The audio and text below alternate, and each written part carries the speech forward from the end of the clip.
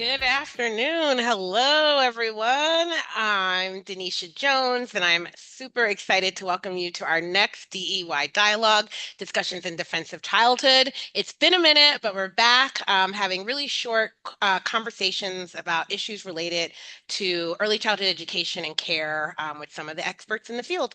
So today we're talking about what we can learn from wonderful family child care providers. So I am being joined by Melinda Marshall and Bethany Corey, who are not only family child care providers, but they're also the new hosts of the new podcast, the Homegrown Podcast, which is also about life as family child care providers. So, welcome, Melinda and Bethany.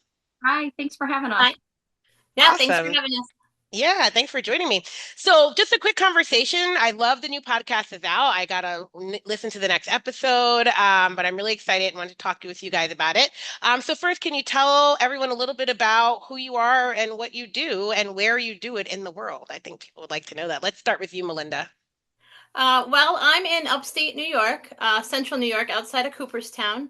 I'm a group family childcare in that licensed in New York. So that means we have up to 12 children with an assistant. So my daughter-in-law and her sister-in-law are both my assistants. And we do a play-based, nature-based, mostly outdoor program with the children. We have mixed ages, infants all the way through school age. We're outdoors mostly. We have some farm animals and we play in the forest and, do all those things. So I say Yeah, we're and you're a little bit farm, a little bit forest, and a whole lot of family.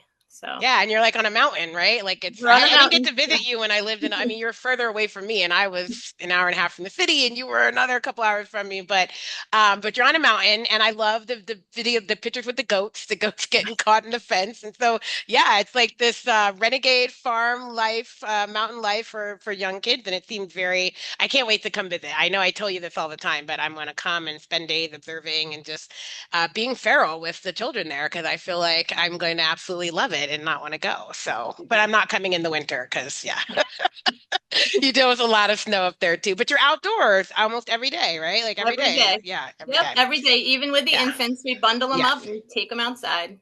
Awesome. Love it. Love it. Thank If you. All right, anybody, Bethany. well, Yeah, I go just ahead. want to say, if anybody has seen Melinda's Facebook post recently, I like, I don't know, I was taking a little tea break and I got on Facebook and I was like, oh my gosh, Melinda buried a baby. I think it was a weekend I saw Melinda buried a baby. And there's a picture of a baby sitting there next to snow. And then the next picture is the baby just complete, like up to its neck, buried in the snow. And then the Buried in the snow. Yeah. post is like more kids buried in snow. It was fabulous. Yeah, I know she gets a lot of snow up there because I got a lot of snow and I was south of her. And so I know she's getting like there's like this path of snow that'll come in and just drop like anywhere from 8 inches to 2 feet of snow, and that's her path. So yeah, it's a lot. Yeah. It's a long Awesome. winter. So I'm Bethany Corey, and my program is the Children's Borough. I started out in Tennessee, and then about 2 years ago opened here in Maryland.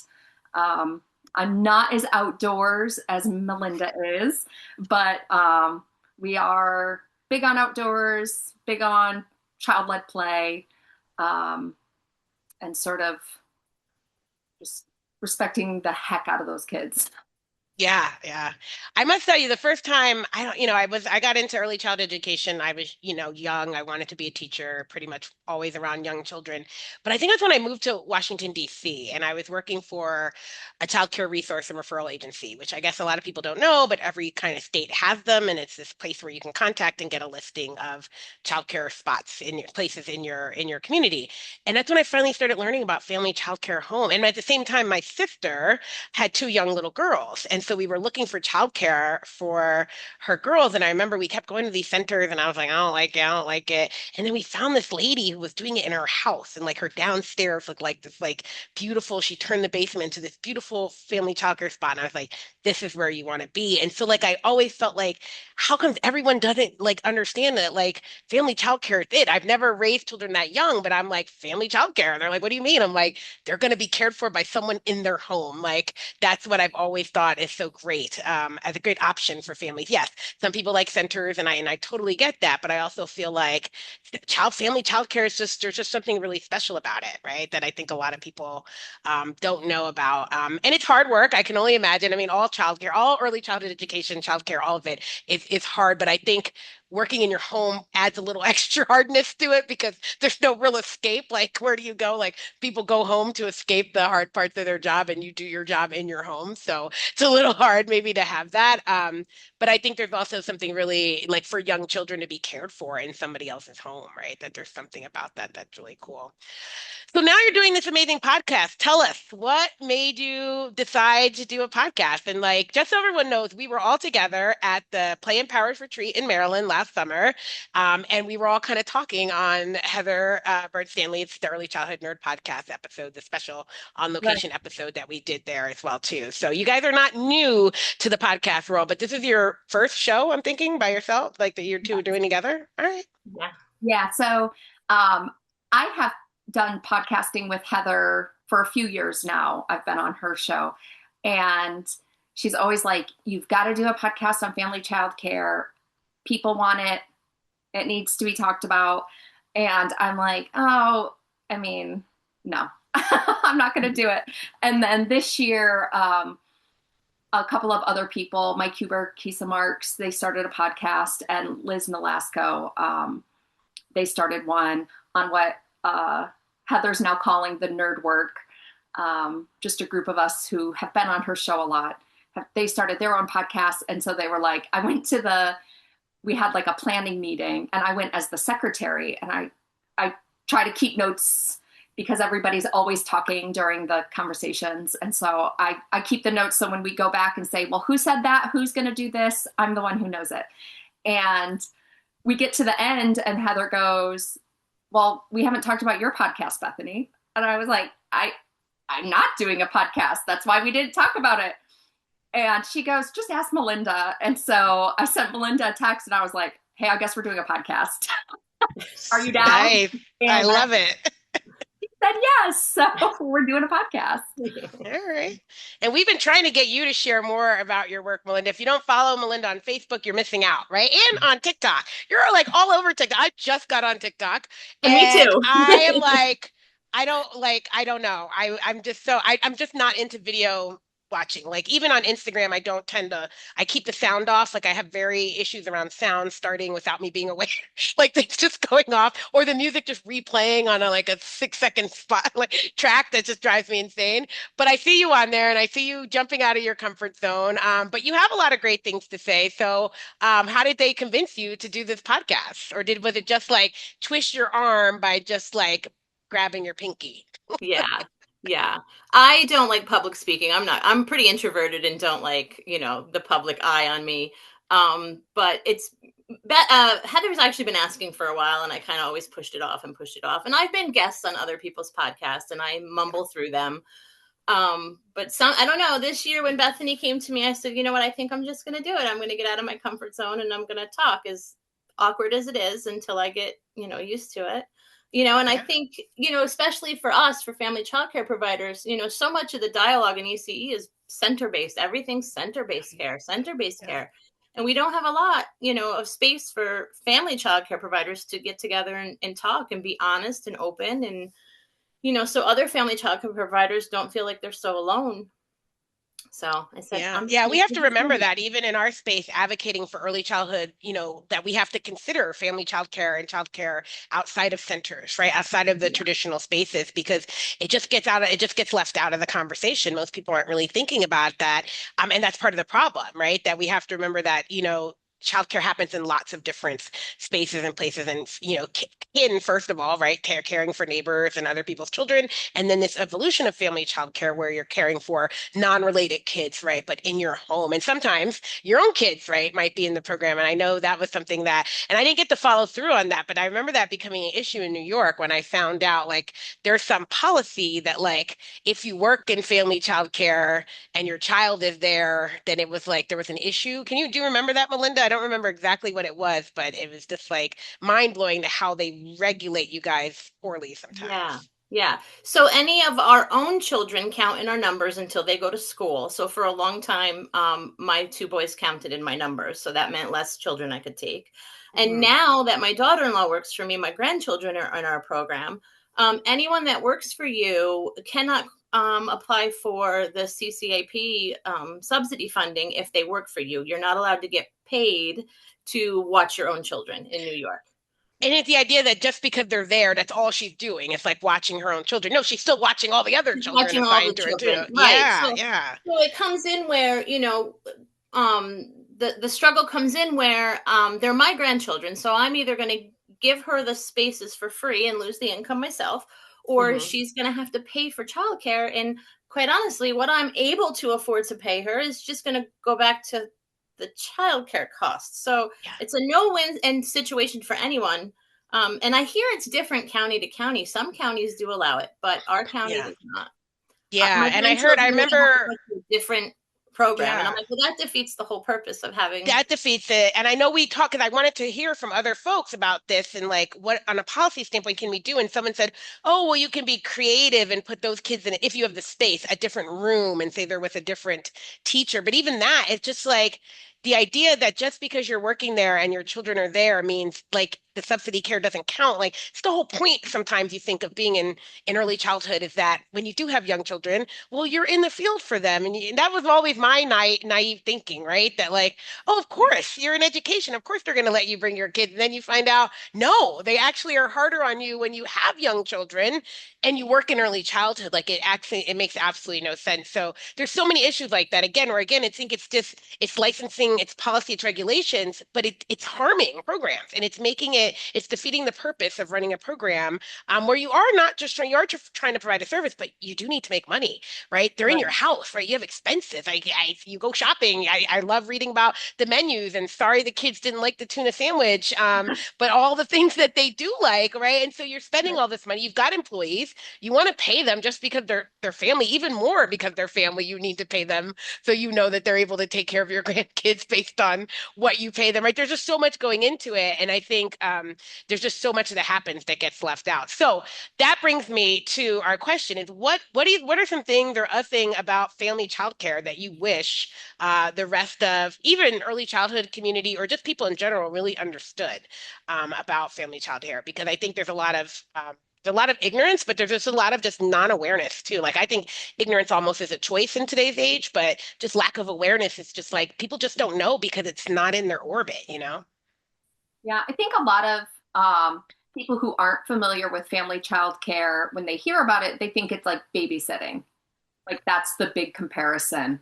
Hmm. Um, and I hear that a lot, not where I lived in Tennessee, but now being in Maryland in an actual diverse community, non-white people who are running childcare, people refer to it as babysitting. Even though Mm, they're licensed, they have the same training qualifications that I have. It's just seen different. hmm, hmm. And so I think like being vocal and having spaces where we can talk about how family childcare is the same quality as a center, just because we're in the home, it doesn't mean that it's less professional or they're not learning anything, or we're just, the stereotype that we have the soap operas on during the day and we're drinking our coffee on the sofa while the kids are, running. Yeah. And unfortunately, there are movies that put that off. I remember the movie The Pursuit of Happiness with Will Smith. I don't know if you ever saw that, but he's really annoyed so the happiness is spelt wrong at the kids' daycare. And that's a huge thing. It's spelt with the Y or whatever. But his son is telling him a joke and he's like, where did you hear that from? He's like, Bonanza. He's like, when are you watching Bonanza? He's like, at school. So the dad is, he's a single dad and he's struggling and he's mad that the kids there. So you get this idea, right, that the kids are just, and there are some places that may or may, I mean, again, even in centers, you can have a center where kids are just like, where custodial care is the basis of what they do, right? Just warehousing children in a room, Mhm. keeping them eye on them, keeping them safe while their parents are at work. That can happen in a home, in a center, any space, right? But there's this idea that that's all that's happening in homes where I know for a fact it's not a lot of care, right? Care that which is super important, right? Not just academics, right? But caring for young children in this space and allowing them to like to kind of be outside of their family, right? This is the first time a lot of them are away Yeah. from their primary caregivers, but they're still so young, right? And so they need a space that's not quite school, but is also not their home, right? And it's so much growth and nurturing and development happens in that space. That's really, really important for them. Yeah, I always tell people, I'm like, I've been a nanny. I briefly worked in a center, and I've done family child care. And I was like, I would hands down pick family child care over any. As I was a stay-at-home mom for a couple years, I'd even say it's better than being staying at home with your child. My son's in preschool now.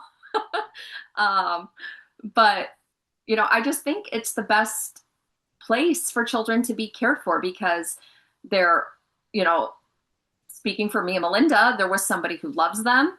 They're with somebody who loves them like their own family, who loves the child's family too. I have grandparents who come in and we give each other hugs, and I know all about the grandparents' life. It is, for me, it truly is family. Um, and I think that's so important for for everybody, for the children, for the families. Um, it's just necessary to like keep that close knit Yeah, community. Yeah, awesome. and the piece to that, a lot Hmm. of times I've noticed the intimacy of that family childcare, the mixed age learning and the continuity of care and the long-term relationships. A lot of times the coziness of being in a home, a lot of times bigger centers are trying to emulate and recreate that in their Hmm. classrooms. Yeah. So we must be doing something right. you Yeah, know? I've seen a lot of centers that I think are just one room and it's like a house and they want people to feel like they're at a home.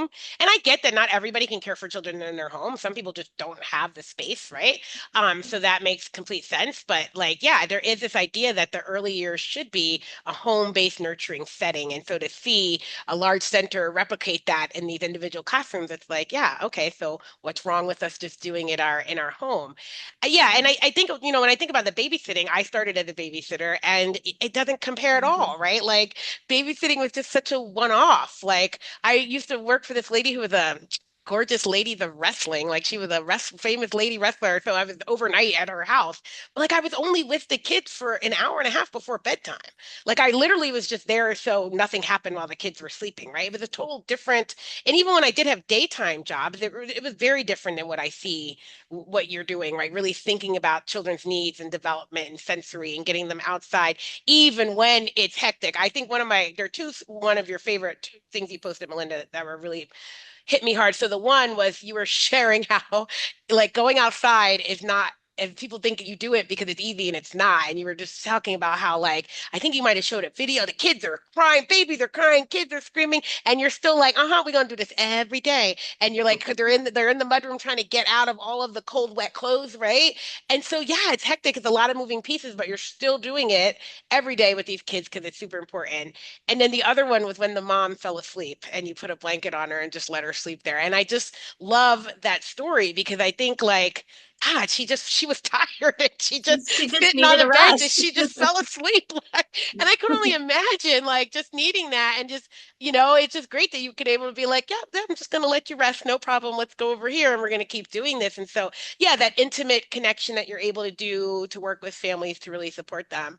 But we also know that it's really hard and it's really challenging work because it's undervalued, right? Childcare over Mhm. around the world is undervalued, and right now, children are being they're being attacked by our by administration, the current administration, freezing funding. I know you're in New York, Melinda, so Maryland's not facing that, but it went from freezing all childcare funds to freezing funds in 5 states. I know Keitha Marks, another person that we'll have her on, and Mike to talk about their podcast as well too.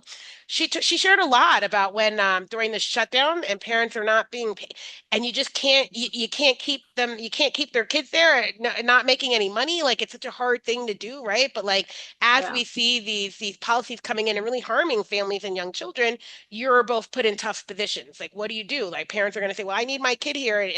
I need to be paid. I can't." just I can't just have your kids here and I'm not getting any money. And so and any support and reimbursements from the government that people should be getting are also being challenged right now. So we know it's an uphill battle for family childcare. So I do hope that the small moments, the tender moments, the intimate moments are sustaining you. When they do like some of the food, that broccoli soup did look amazing. That those moments are sustaining you when the goat keeps getting trapped. Is the goat still there, or did you move it I completely? actually, I actually sent the goats to my assistant's house for the Okay, winter because, that's right. again, we're by ourselves. I can't get up at 4 in the morning and try to shovel 3 feet of snow to get to these animals. So Yeah, our yeah. animals are only going to be here when the weather is When the weather is conducive to nice, that's that. good. It's Yeah. just too So we'll much get work. some more goat stories in the spring, I hope. But like seeing Yeah, seeing the goats is fun. I'm sure it's great for the kids, right? I also was yeah, reading about the chicks today too. Well, they're not there yet. And I don't want to knock on wood. I don't want to send license your way, but I'm reading that other post from the person who's like, we're not allowed to do it. And I'm like, what? Are you yeah, kidding me? I know we could do a whole episode just on childcare regulations. Have these people lost their mind or what? right. Like what is going on in that space? Because every time I hear these ridiculous things, I'm just like, this can't be real life, and it is for so many providers dealing with people who don't get what they're doing, and make it really difficult for them to do their job, right? Yeah. Awesome. Yeah. Well, I hope to hear. So, what can we expect more on the podcast? Tell us a little bit about the first two episodes that are out. I know, so people know, and then what can we expect you guys to be talking about? So we uh the first episode, I think we kind of just talked about us, who we are, Yeah. and if I remember correctly.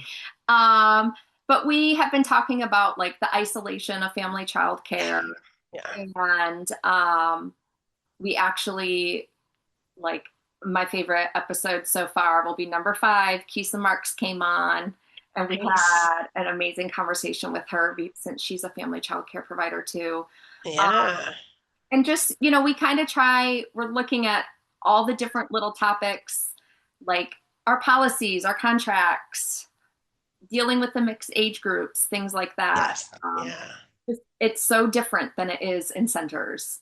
Yeah. And Yeah. trying just to give a voice to that, to the providers who, Melinda and we've been lucky to form a great community online, Hmm. all that we've met. But there's still providers out there who don't have support, and they don't know what maybe they don't know what they're doing. They don't feel like they're doing. So we really want to reach out and let other family childcare providers know that like we see them, and there's a place for their voice too.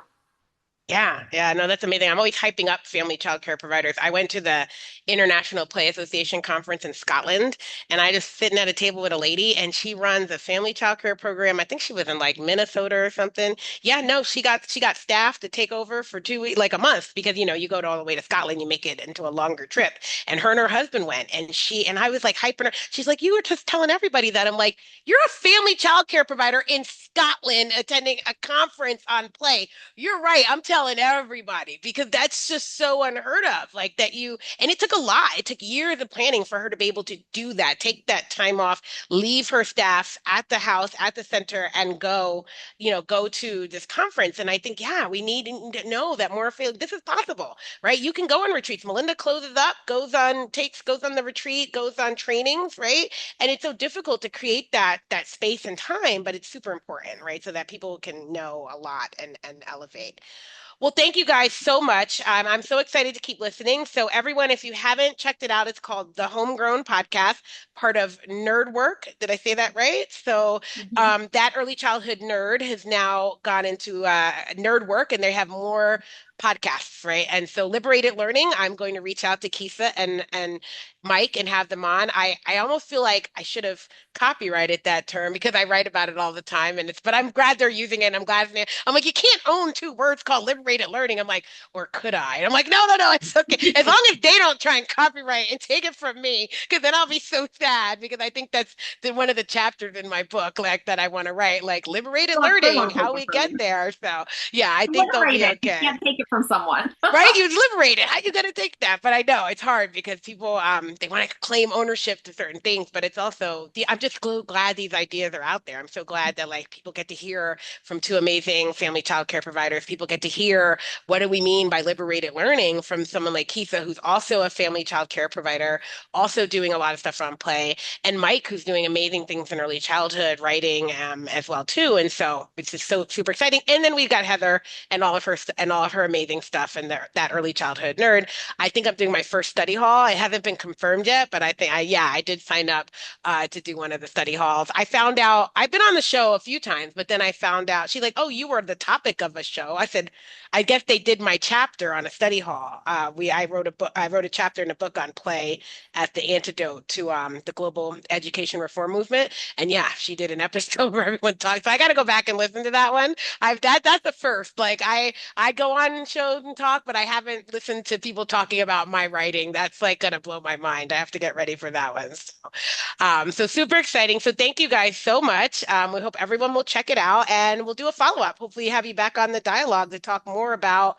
what's happening in family childcare, especially around some of these licensing. I feel like there's got to be something we can do around this. Like it just, if people just is like, it's the way it is. And I'm like, but does it have to be? I think, and now you're on TikTok, Melinda. So I'm thinking like we need providers making TikTok videos about the most ridiculous things that licensing has said or done to them and just putting those out there. Can you imagine like hashtag licensing is nuts, right? Or something like that. And just, or like showing what happens when the rules, because I remember with someone talking about, I don't remember what state it was, but it was like the rules and around changing diapers and washing hands. And the person was like, I literally can't actually do what I'm supposed to do based on the way this is written, right? Like it was just too convoluted to actually like to think about what happens when you have a baby and you're changing a diaper and like how to move to the next.